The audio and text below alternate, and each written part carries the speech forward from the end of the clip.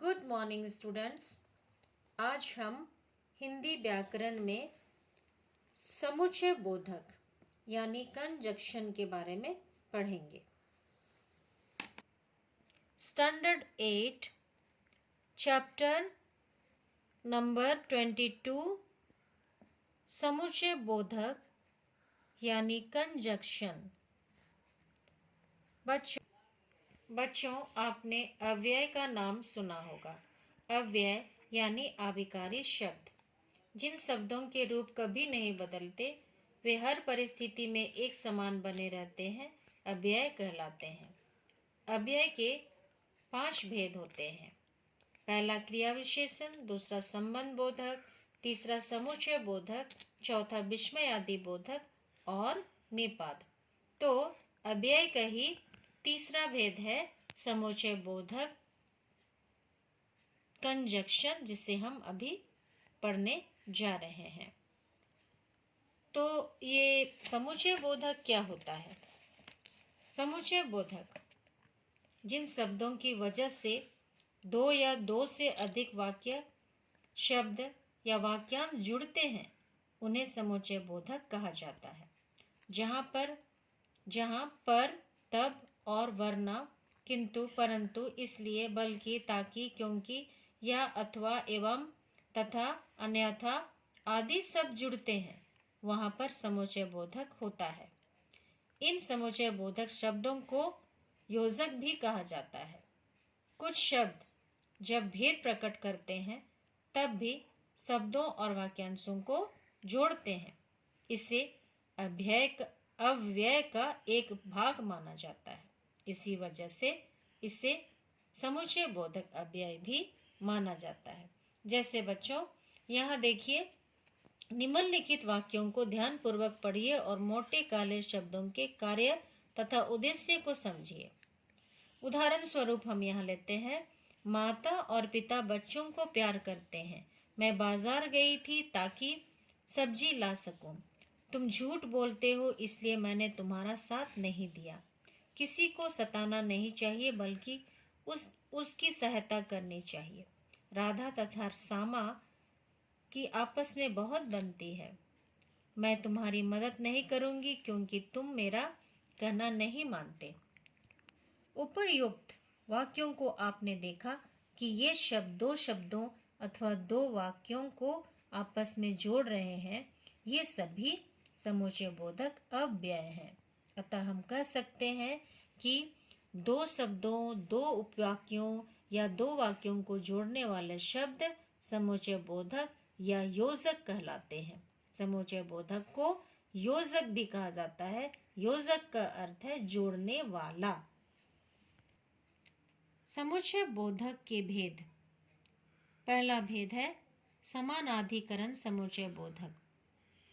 समानाधिकरण समुच्चय बोधक दो अथवा अधिक एक सी स्थिति वाले शब्दों, पदबंधों व उपवाक्यों अथवा वाक्यों को जोड़ने वाले शब्दों को समानाधिकरण समुच्चय बोधक कहा जाता है। यानी कि जो पद या अव्यय मुख्य वाक्यों को जोड़ते हैं, उन्हें समानाधिकरण समुच्चय बोधक कहा जाता है।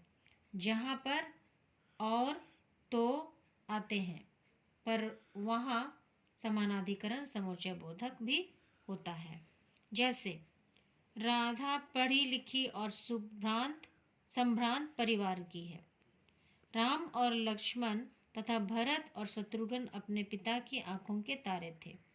पुलिस को जनता को तंग नहीं करना चाहिए, बल्कि मदद करनी चाहिए। आप मुझे चाहे करोड़ रुपए दें, किंतु मैं आपकी गलत बात नहीं मानूंगी।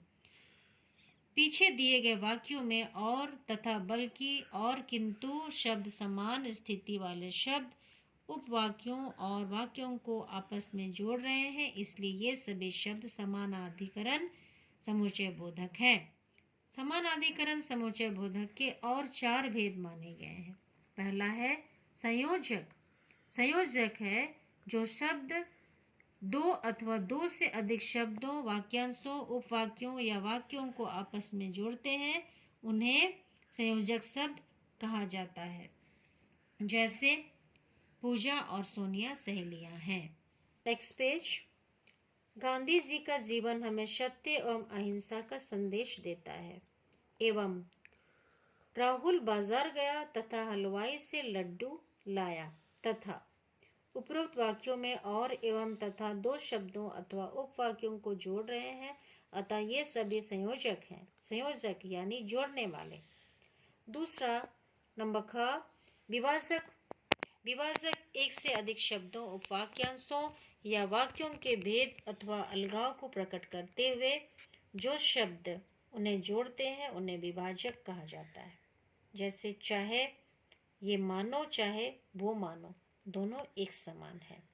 न मैंने खाना खाया न उसने खाया, तुम इधर आओगे या मैं उधर आऊं, या अथवा चाहे आदि विभाजक का काम करते हैं। उपरोक्त वाक्यों में चाहे ना या शब्द दो वाक्यों अथवा शब्दों में विकल्प लाने या प्रकट करते हुए उन्हें अलग करने का काम कर रहे हैं, अतः ये सभी विभाजक हैं। नेक्स्ट गा नंबर, विरोधवाचक। दो शब्दों अथवा उपवाक्यों को जोड़ते हुए जो उनके आपस में विरोध का बोध कराते हैं वह विरोधवाचक कहलाते हैं। राधा ने नहीं बल्कि गीता ने मारा था। आप चाहे तो मुझे मार सकते हैं लेकिन मैं आपके कहने के अनुसार नहीं चलूंगा। उपरोक्त वाक्यों में बल्कि और लेकिन शब्द दो उपवाक्यों को जोड़ते हुए भी उनके आपस में विरोध का बोध करवाते हैं, अतः ये शब्द विरोधवाचक हैं।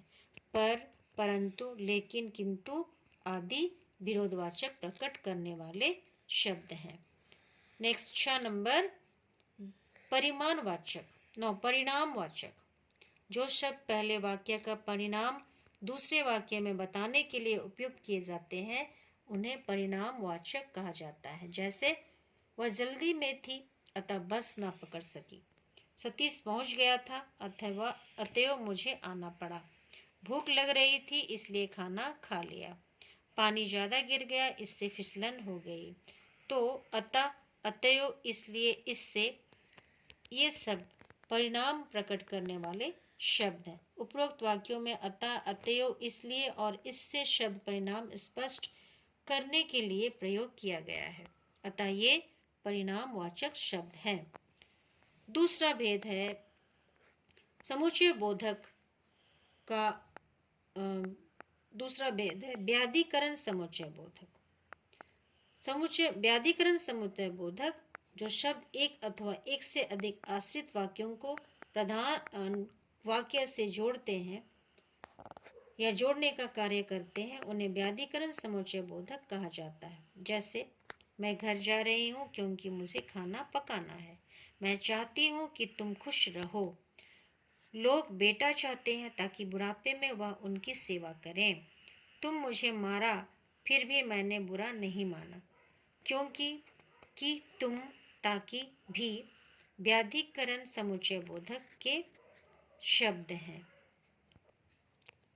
उपर्युक्त वाक्यों में क्योंकि, कि, ताकि और फिर भी आदि शब्द आश्रित वाक्यों को प्रधान वाक्य से जोड़ रहे हैं, अतः यह व्याधिकरण समुच्चय बोधक है। व्याधिकरण समुच्चय बोधक जो अव्यय शब्द मुख्य वाक्यों में एक या एक से अधिक उपवाक्यों को जोड़ते हैं, सहायक वाक्यों को जोड़ने का काम करते हैं। व्याधिकरण समुच्चय बोधक के 4 भेद हैं। पहला है कारणवाचक। जो शब्द दो उपवाक्यों को आपस में जोड़कर होने वाले कार्य का कारण स्पष्ट करते हैं उन्हें कारणवाचक कहा जाता है। जैसे मेहनत करो ताकि मन वांछित फल पा सको, पढ़ा नहीं इसलिए फेल हो गया, कपड़े धो लो क्योंकि पानी आ गया है। उपरोक्त वाक्यों में ताकि, इसलिए और क्योंकि चूंकि शब्द दो उपवाक्यों को आपस में जोड़ने पर तथा कार्य के कारण को स्पष्ट करने का काम कर रहे हैं, अतः ये कारणवाचक है। ख नंबर उद्देश्यवाचक। जो शब्द दो उपवाक्यों को जोड़कर उनका उद्देश्य स्पष्ट करने का काम करते हैं उन्हें उद्देश्यवाचक कहा जाता है। जैसे ऐसे बैठो जिससे तुम्हें आराम मिल सके। 2 पेन ले लिए हैं इसलिए कि एक खराब ना हो जाए। मैंने रेल का आरक्षण करवा लिया है ताकि आराम से यात्रा कर सकूं। उपरोक्त वाक्यों में जिससे, की और ताकि शब्दों का प्रयोग उद्देश्य स्पष्ट करने के लिए, कारण प्रकट करने के लिए भी किया गया है, अतः ये उद्देश्यवाचक है। ग नंबर संकेतवाचक। जिस शब्द से वाक्य में संकेत अथवा शर्त प्रकट हो उन्हें संकेतवाचक कहा जाता है। जैसे यदि मैं घर गया तो मैं तुम्हें साथ ले जाऊंगा। यद्यपि वह बुद्धिमान है तथापि आलसी होने के कारण कक्षा में प्रथम नहीं आया। जब तक भैया नहीं आएंगे तब तक मैं खाना नहीं खाऊंगा।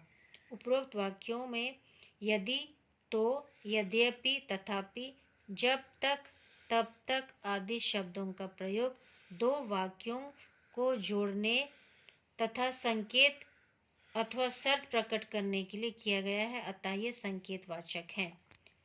घ नंबर स्वरूपवाचक।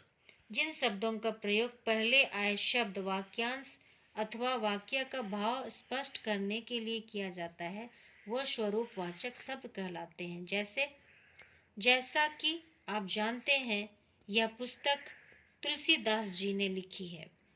बच्चा ऐसे रो रहा था मानो अध्यापक ने उसकी खूब पिटाई की हो। राम करे सो भली, अर्थात ईश्वर जो करता है अच्छा ही करता है। उपरोक्त वाक्यों में जैसा कि, मानो और अर्थात शब्द प्रथम वाक्य अथवा वाक्यांश का भाव अथवा अर्थ स्पष्ट करने के लिए प्रयोग किए गए हैं, अतः ये स्वरूपवाचक है। इस प्रकार बच्चों समुच्चय बोधक यानी कंजक्शन के बारे में और अधिक जानकारी करने के लिए आप पाठ का बार बार दोहराव कीजिए और समझने का प्रयास कीजिए। अगली कक्षा में हम इसके प्रश्नोत्तरों की चर्चा करेंगे। धन्यवाद।